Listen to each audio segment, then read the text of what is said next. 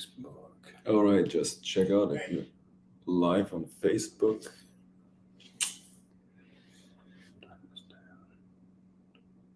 I guess. Yeah, looks good All right. to see your shitheads on Facebook. All right. What's up, peeps? We're in Springfield for the new Silver School, so we're a couple days early. Class starts Wednesday, right? Wednesday, yeah. So, yeah, really looking forward to meet new people and old people, and will be pretty interesting event. yeah, I think I mean 100, at least 100 NePoPo people, probably more. Or I guess. future NePoPo people. Yeah, so that ought to be interesting. Yeah. So this is the first. That's the first of the new Silver School, and the next event will be taking place in June, I guess. Yep. I think it's June, right? Also in Missouri, and they just announced the new Silver School coming to Europe in August, in Netherlands. So also a good possibility to join for European people. It's a shorter flight for a lot of people. Even you can drive with a car, Oh, so yeah, it's just 500 kilometers from where I live. So gotcha. Well, you can go there too. You can go to that one too. Hopefully, yeah. I just gotta make sure I can get off work. You can afford it.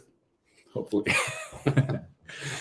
Yeah. So again, if anybody else is in Springfield already and seeing this, hit us up. So maybe we can get together. We've the drinks. Yeah. We've went out a few times trying to find people, and I don't know if people we've also had the Bass Pro Show trying to find some people. And I don't know if people are ignoring us or if, maybe they're just not around. But maybe they saw us, they all go. That's probably what better hide. Yeah, they're going to make us get on Facebook if they see us, so which is probably true. So, it's even. I think it's even more fun to be in person, right? Yeah, but, yeah. We don't always have the possibility. Yeah, I know we're going to get some people on here, so get it on your mind if we have time anyway. So hopefully I think after class starts, we won't be doing anything until maybe if anybody's staying over for a couple of days afterwards, or if you're here before, Yeah, it's going to be a good get together for everybody to get in touch, to try to make some connections, new friendships, renewing old friendships. Yeah.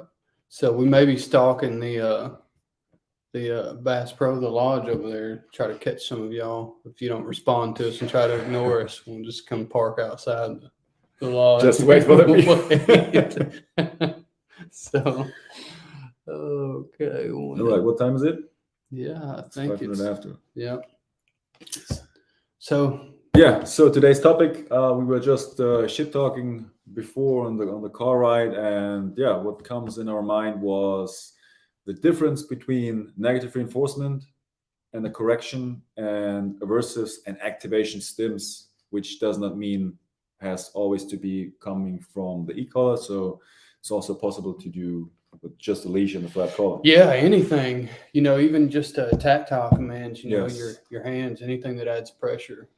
So this is one of the things that's covered pretty. Michael and Bart Bellon really, they do a good job of going in deep on this subject. So actually what we're going over obviously it should be obvious anyway, is, from our notes from Silver School and, things that we've learned, some stuff maybe knew before, but it's pretty well organized now, especially by Dominic's notes over here that I'm looking at.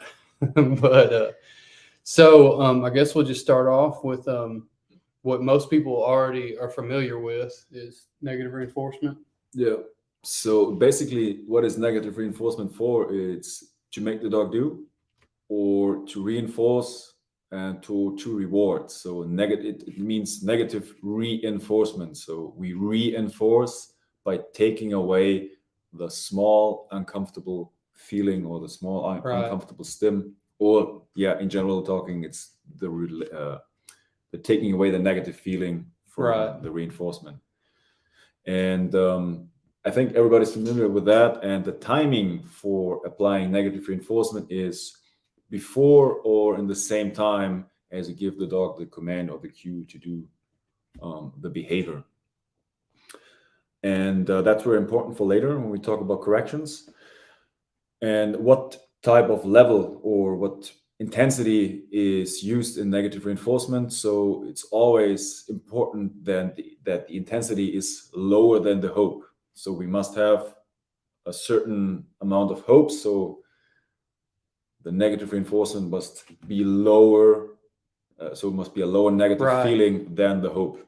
Yeah. So the negative reinforcement is pushing the dog into behavior, and then the hope is pulling the dog out of behavior, kind of a push-pull. So really, I think probably that negative reinforcement is such a man, it gets such a bad rap just because of the words negative reinforcement.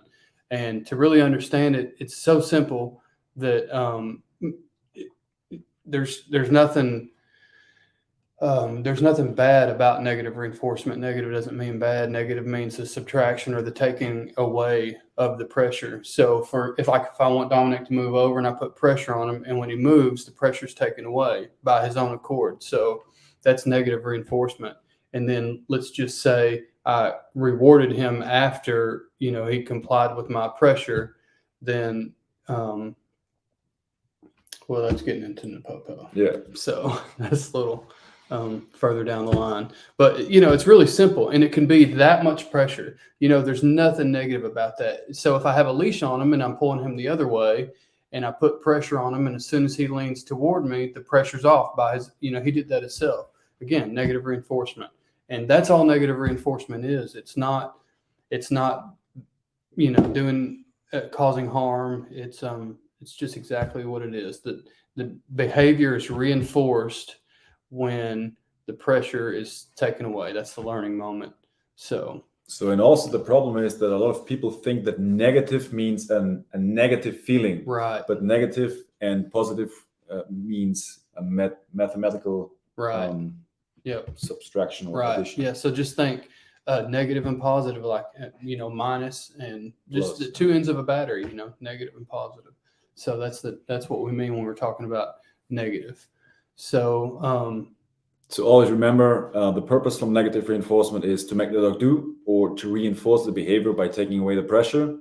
The timing is before you say the command or give the cue to do.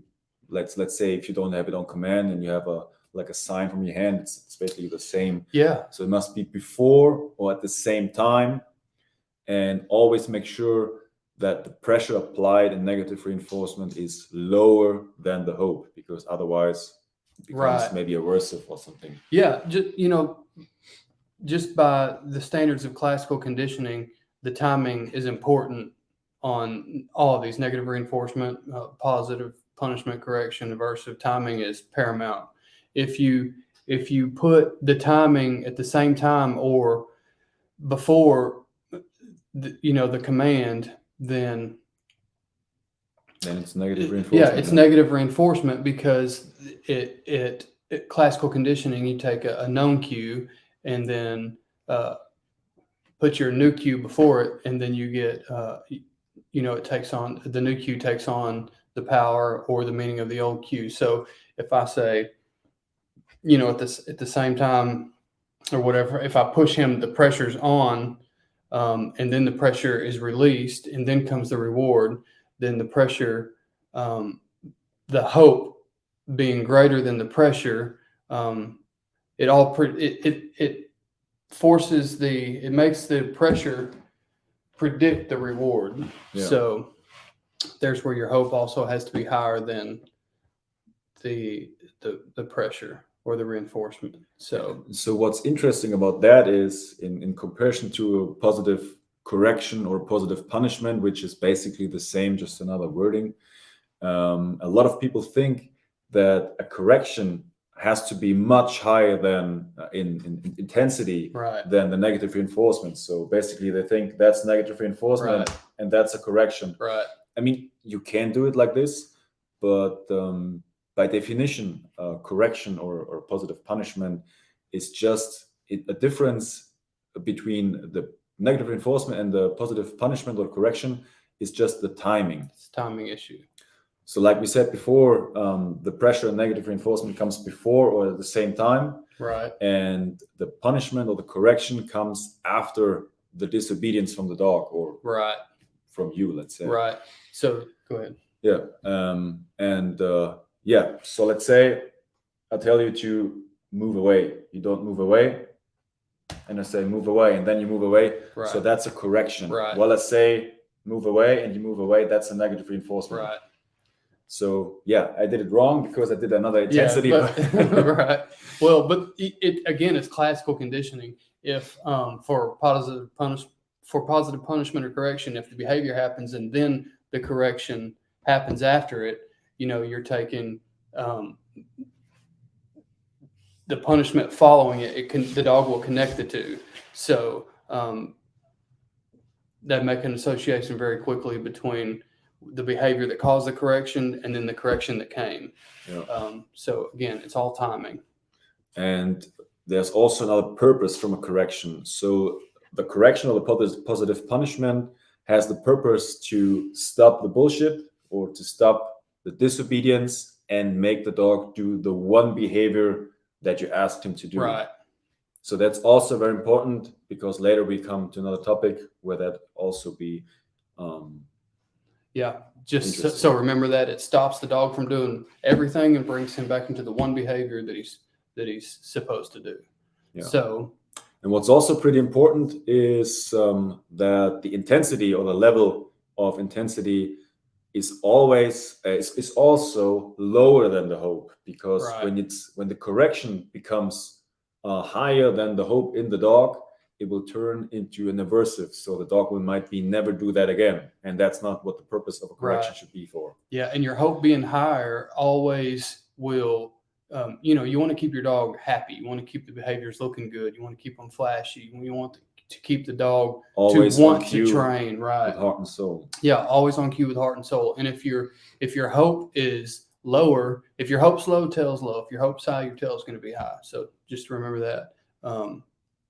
And it has to be, you're not going to do you don't want to go to work and work 40 hours a week just to get, a burger and an order of fries at the end of the week. Your hope's not very high for all the work that you put in, but, the higher the hope at the end and the harder you'll actually work and the more passion you'll put into your behavior. So if your paycheck's higher, you'll work harder. There's more motivation. Same thing with the dog. Keep the hope higher than the struggle that the dog has to go through to get the reward in the end.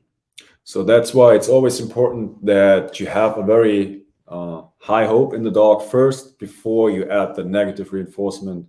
And then when you're sure after 400 to 600 repetitions in negative reinforcement or NePoPo reinforcement, then you might be sure that the dog knows what you want from him. The dog knows the command by classical or upright conditioning. And then when you're sure the dog knows what to do, then you can add corrections, because it's unfair to the dog. Right. When the dog doesn't know what to do exactly and you start correcting the dog might get confused.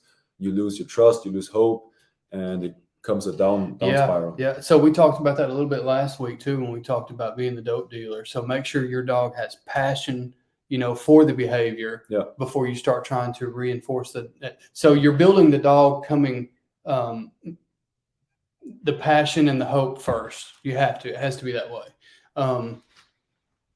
If you want heart and soul in the behavior. So, unless you're teaching with negative reinforcement, even still though, you have to have that passion, and that's where your jackpots and you're being the dope dealer and really rewarding, building a high anticipation, for the dog. But that all depends on the type of dog you want to have, or the dog you have in front of you. I mean, Michael and Bart, they talk about the different types of gasoline you have for your dog, and the different types of dog you have for specific reasons. So let's say training a sport dog is different than training a pet dog, and also very important, training a service dog.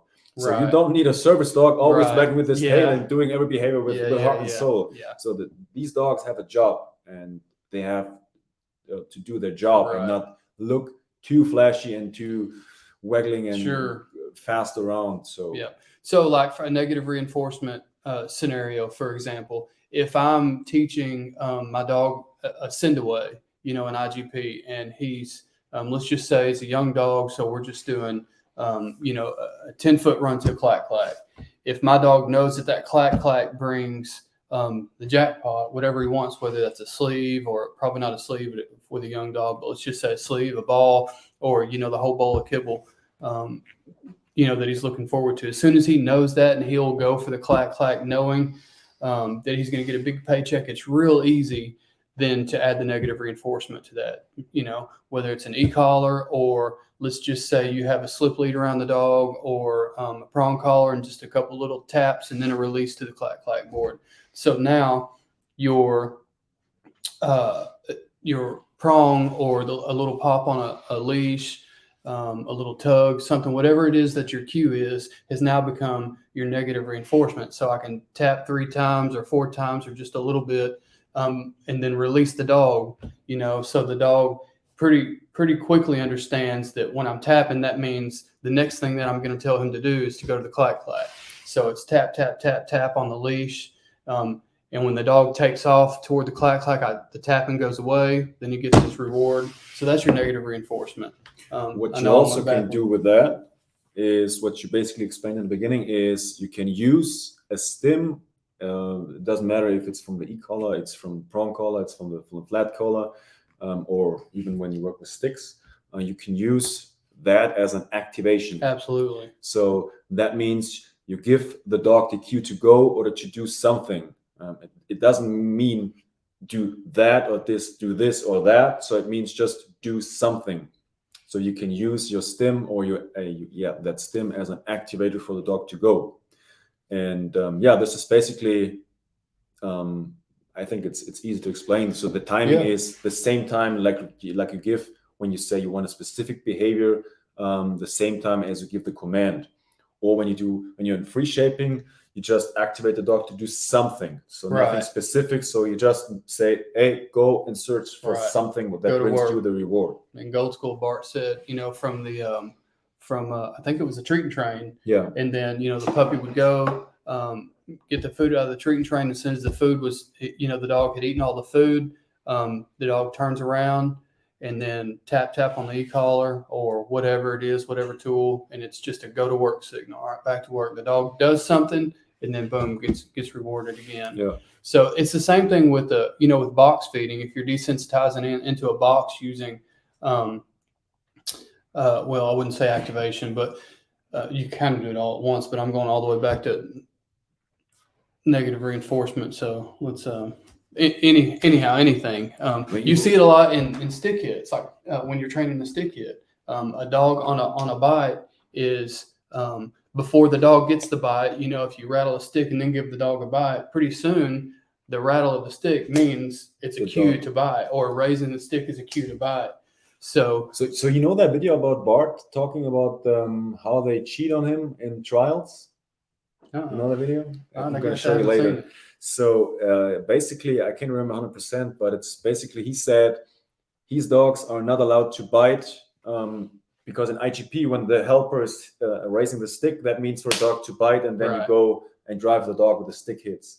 So he said he doesn't like that because then it's easy for the helpers to cheat on you. So let's say you stay in the tent with a sleeve on and the stick is here, and you just do a little bit raising, the dog will go and bite. So that's why he trained his dog to only bite on. I think it's that the dog has to bite. So remember that. So that's also classical conditioning. You raise, you bite. So can be a problem later. Yeah. So I think I have a video on my Facebook page where my dog Ace she's real quick to. I'm doing it for 2 things. First, she's reactive to the stick, but also the stick is a cue to bite automatically. So I raise the stick and I'm just trying to, not trying to get her used to it. Without biting. So, but it becomes an activation. So that's a negative reinforcement too. If your negative reinforcement and activation go neck and neck, they're really the same thing. So the only thing that could be a little bit different, and I know a few people that do shape, or it's possible to do shaping with a negative reinforcement. So let's say you have a position box there and you go tap, tap, tap, or pop, pop, pop on the prong collar or on the flat collar till the dog is in the positioning box. So that could also work. So the negative reinforcement, so the uncomfortable feeling stays till the dog does what you want him to do. Right. So that you also do. Gotcha. And when you do it on activation, you just say box. Go. Right. So it's just real quick. It's over with. It's a signal to go, and then it's over. Yeah. Negative reinforcement is a signal to go, but it doesn't go away until the behavior is complete. Yeah. Depending on the dog, depending on your, you have to read every dog, obviously. So don't zap your dog until he does the behavior based on what we just said. So yeah, what we forgot to say is that the level of intensity of an activation is also lower than the hope, because the dog won't go do anything when you just do it higher than the hope. So the dog says, "Oh, I don't want to go." Yeah. And then the last, aversive. I think it's also very misunderstood and very misused by a lot of people, because people say, I do negative reinforcement or corrections, and then you see doing them aversive stimulation to the dog. So, and it also can turn negative reinforcement or a correction can easily turn into an aversive. Yeah. When the hope is lower than the pressure you apply. Yeah. So back when I first back when I first started back when I first started training, I didn't know better. So this is before my NePoPo days. This is before I had any sense. I felt like I had sense then, but if I was using an e-collar, YouTube videos get you in trouble every time, but going too high on a collar. When I say high, I'm not talking about 100 on a mini educator. I'm talking about anything that's it's like the same on a Martin system, which has had 18 levels. So that means basically low level stim. Well, back then I wasn't using the best collar on the market. Back then I was just using what I had, and it wasn't. So I didn't know if I had stimuli. I didn't know if I had contact. So I would be too high on the collar and not know it, and then get contact, and now you're aversive and you didn't mean to be. So you don't have that with Martin systems. So that's also the good thing about Martin system, that you have the contact measurement, where you know if you have contact, and you have reliable stim, either if the dog's wet or dry. So there's a lot of things that we know now, and back in the days maybe. Yeah, I'm talking about back when I wasn't doing right. But listen, if you really, Martin systems solves a lot of that issue. Your contact measurement. Knowing if you have contact, your negative reinforcement can turn into aversion real quick if you don't have contact. So you're going up on your collar, and then all of a sudden your dog moves and you do have contact. Now you're aversive. You're overstimming the dog. Yeah, and I've noticed even with other collars too, having an e-collar on one side of a dog too also is kind of a distraction, because the stem's coming from one side, whereas with the chameleons, it's all around the neck. Yeah. So, and it's, it's just distributed more even. So it's more of it's just a level sensation. So I've seen a difference. Where did we stop? I don't know. Aversive. Yeah. So we were talking about aversive. Oh, another, So let's define what aversive means. So the definition of aversive is causing a strong dislike, to give up some bad behavior, or to take away all the hope from the dog. From the dog, let's say from the dog, to be successful with that behavior showing. Yeah, it removes all hope from a behavior. So if you then it can turn into any other behavior. Absolutely. So you're stopping a dog from doing something, but then anything can happen. The dog can go do anything. You're not telling it to do a specific thing afterwards. You just want it to stop. A dog running out in the street. If you're out in the road or out in the yard playing with your dog, and your dog runs to the street, well, you need some kind of aversion. Let's say chasing a cat or chasing a cat or a car. You need something to stop your dog. You don't really care what your dog does after that, because you're outside. You're just kind of letting the dog have free time. But you need to stop that one single behavior. So this is kind of it can be a touchy subject, but it's kind of an act of God sensation. So in that example, it would make sense to teach the dog a recall, because when you make the dog hopeless in chasing the car, and you give an aversive stimulation, so the dog stops that behavior, and then any other thing can happen. So it would make sense to teach a recall first, so you can recall your dog, so the dog's not chasing something else instead. So the purpose is to make the dog hopeless in achieving the goal, showing with that behavior.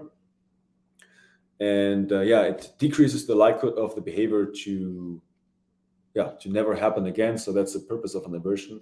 So it's also the same with a dog that goes and hunt for wild animals. So we don't want that, and we have to stop that because it gets dangerous for the dog and dangerous for the wild animals. And it should never happen again after that.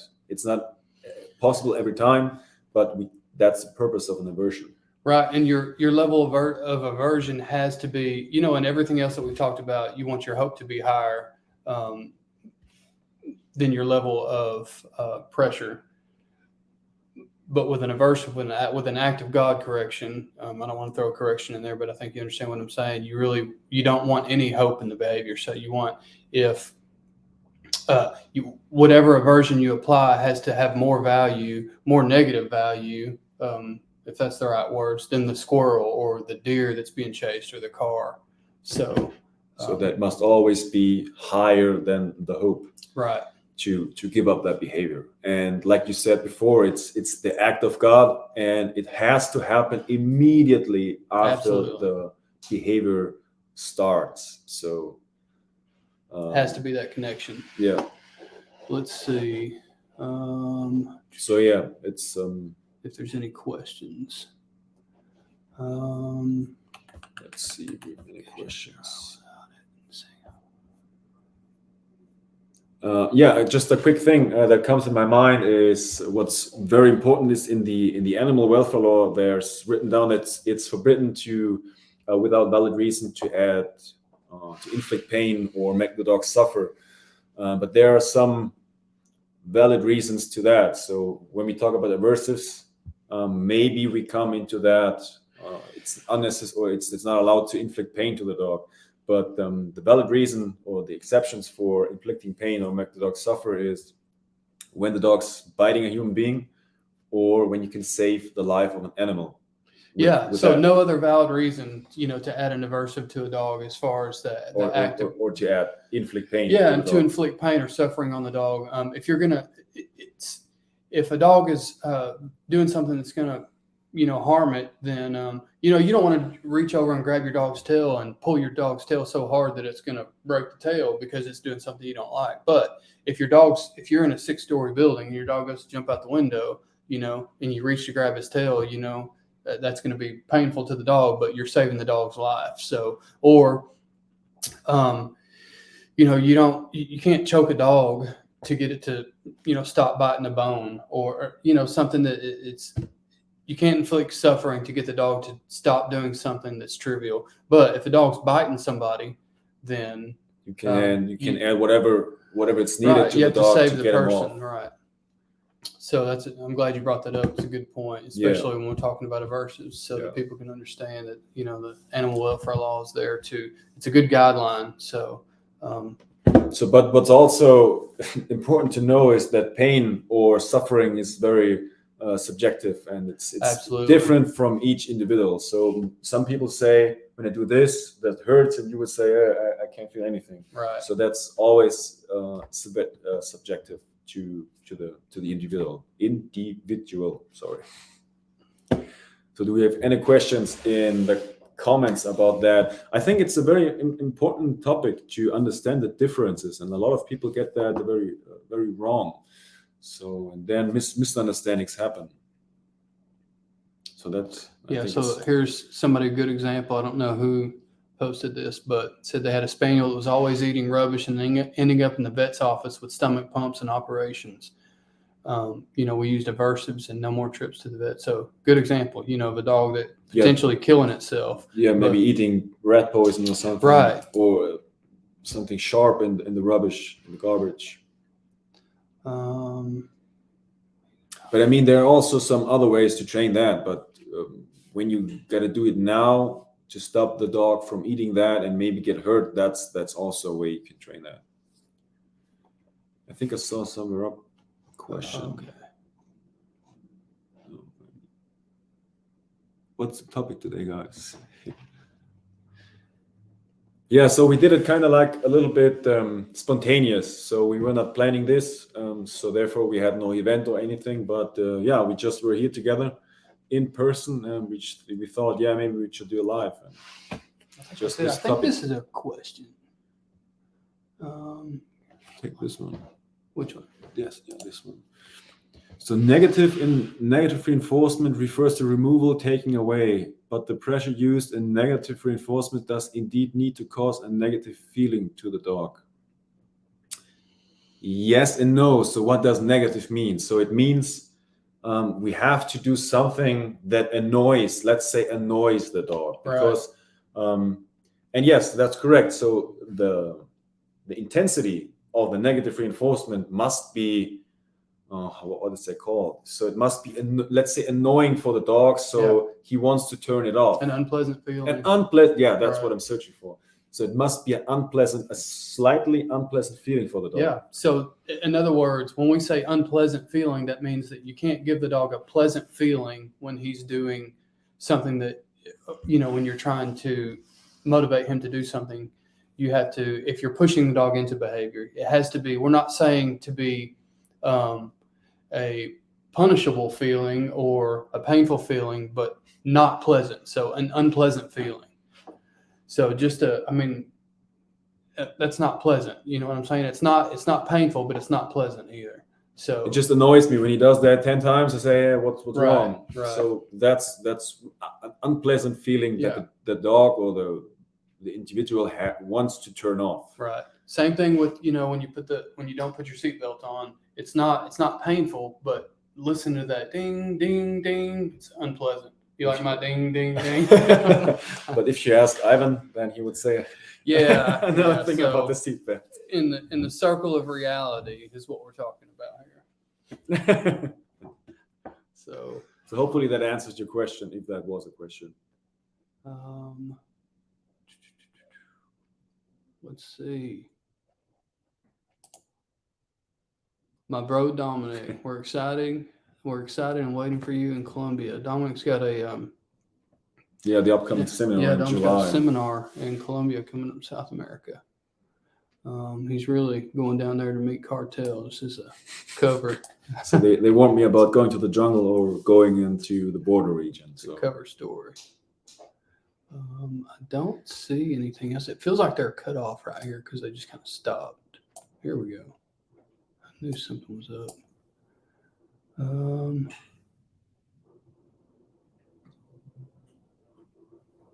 No. Yeah, I think if anybody has another question, we just leave it open for a few minutes, and then we're gonna get something to eat, right? Yeah, if anybody's here in Springfield, hit us up. So, or if you don't want to see us, then we will find you. Yeah, we'll see you outside the lodge. We'll be waiting. You can hide. When you come out, we'll be there. Yeah.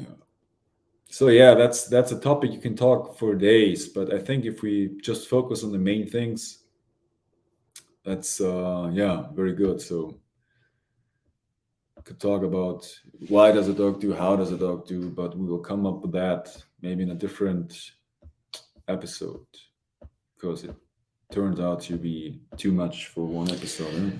Yeah. And some people also, because when you in the beginning you mentioned NePoPo, so basically negative reinforcement training is also, or you can also call that NePo training. So because you add the negative and the removal of the negative is the positive, so it's NePo training. And if you train in the NePoPo system, you add an extra positive. So that's basically behind that, what you mentioned before. All right. Any more questions, comments, insults? You can throw those out too. Just make sure you put your Facebook link in there when you do, so we know how to get a hold of you. All right, guys. I think if we don't have any more questions, do we have? No, that's it. All right, then, guys. Thanks for watching. And if you have any specific topic you wanna hear us shit talking about, just write it down in the comments or leave us a private message. So we're happy to talk about and to see what we can. It's going to be a busy next few days. So really looking forward to meet all the people. Yeah. I guess Wednesday, Thursday, and Friday. We're pretty busy. Minimum 8 hours a day teaching. Or being taught. So. And then talking trash after class to people. Probably me getting trash talked to me. So. All right, guys. Then thanks for watching, and hope to see you in the next episode. And enjoy the rest of your day. Yeah, thanks for being a part.